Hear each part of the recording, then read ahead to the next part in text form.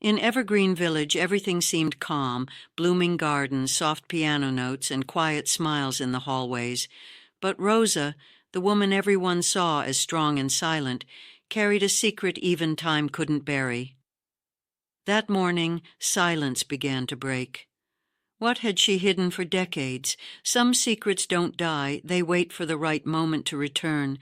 The sun rose slowly in Evergreen Village, casting a golden light across the still dew-dampened gardens. Rosa's flowers were always well tended, but that morning, something different was evident in her eyes. Her hands fiddled with the petals, but her mind seemed to be in another time, another place. Mornings in Evergreen usually brought calm, but for Rosa, they were always laden with memories. The silence of the garden wasn't just the sound of peace. It was also the space where old memories came to resurface, often bringing with them dark feelings. Maggie watched from afar and noticed something strange. There was something in the way her friend bent over the flowers, as if seeking in them not only beauty but also solace. Maggie sensed Rosa was hiding something she hadn't yet had the courage to reveal. Lily, always curious, ran through the garden. Her youth lit up the village corridors, but she also noticed details the adults overlooked. She'd seen Rosa cry silently more than once, for no apparent reason, and this left a mixture of mystery and curiosity in the air. Edward, sitting on his porch, scribbled in his notebook. His drawings usually depicted Evergreen's architecture, but that day he drew Rosa. Not her entire figure, but just her hands, hands that carried both care and pain. James, the senior, walked slowly across the courtyard. His gaze met Rosa's and, silently, he recognized that shadow. He knew well what it was like to live with ghosts from the past. That day, Rosa didn't touch her pruning shears. She simply caressed the flowers, as if searching for an answer. Her heart raced for no clear reason, but she knew the memories were returning. Evergreen seemed peaceful on the outside, but those who knew it well knew the village held more than pretty stories. It was, in truth, a repository of secrets. Some gentle, some unbearable.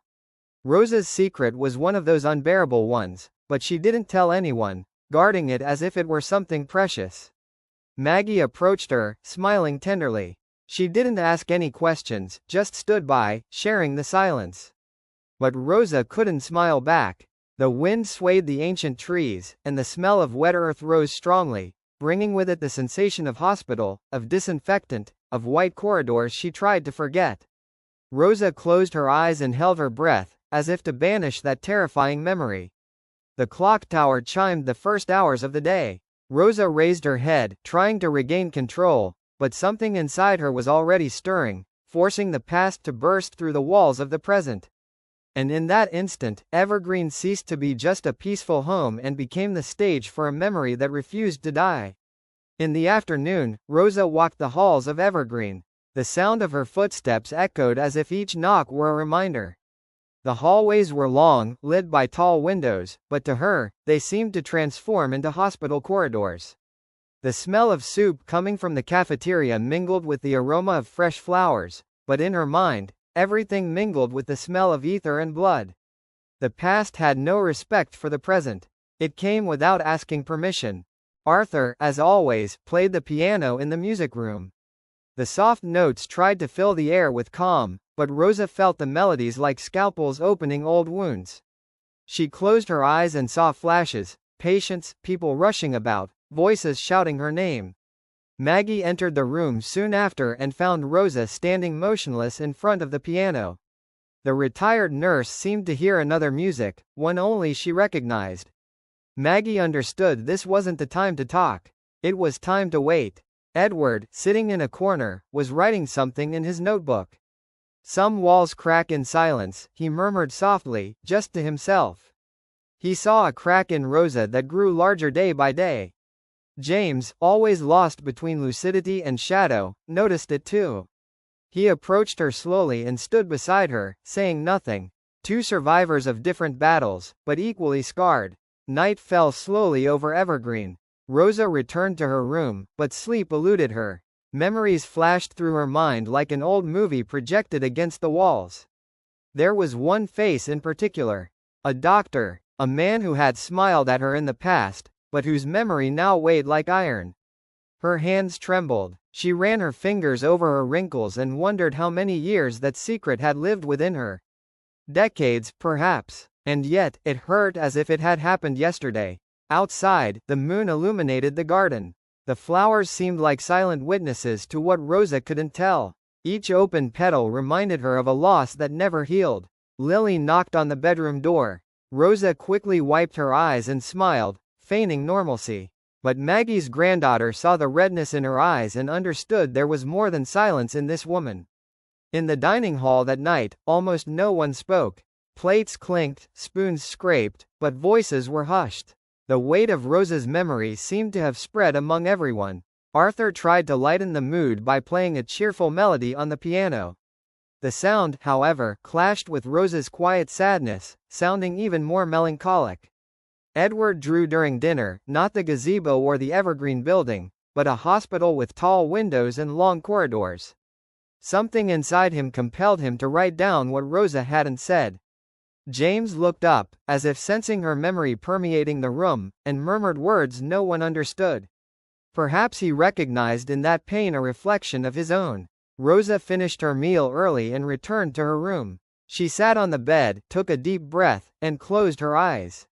It was then that the past came rushing back. She remembered sirens, running, a body in her arms. She remembered blood staining her white uniform. She remembered the screams she could never forget. She woke hours later, covered in sweat, her heart racing.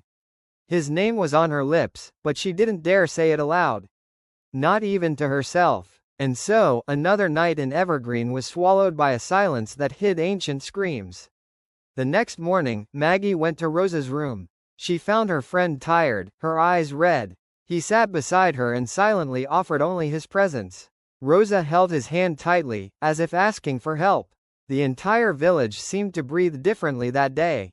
The hallways were more tense, eyes more attentive. Everyone knew something was about to be revealed. But what? Arthur played low notes on the piano, as if the instrument itself felt the need to be discreet. The sound echoed through the halls, soft yet dense. Edward closed his notebook and watched. He could sense that Rosa was on the verge of breaking the silence, and that this would forever change the way everyone saw her. Lily walked beside her grandmother, trying to understand the sadness that seemed to permeate even the air. To her, Rosa had always been the strong nurse, the woman who cared for everyone. But now, she seemed fragile as glass. That night, Rosa went to bed early. But sleep wouldn't come. Memories, once again, attacked her mercilessly. She dreamed of the hospital, of brightly lit corridors bustling with people. And suddenly, in her dream, everything went silent. She stood before a doctor. His eyes stared at her, full of trust. But soon the scene turned tragic. He fell, bleeding, and she couldn't save him.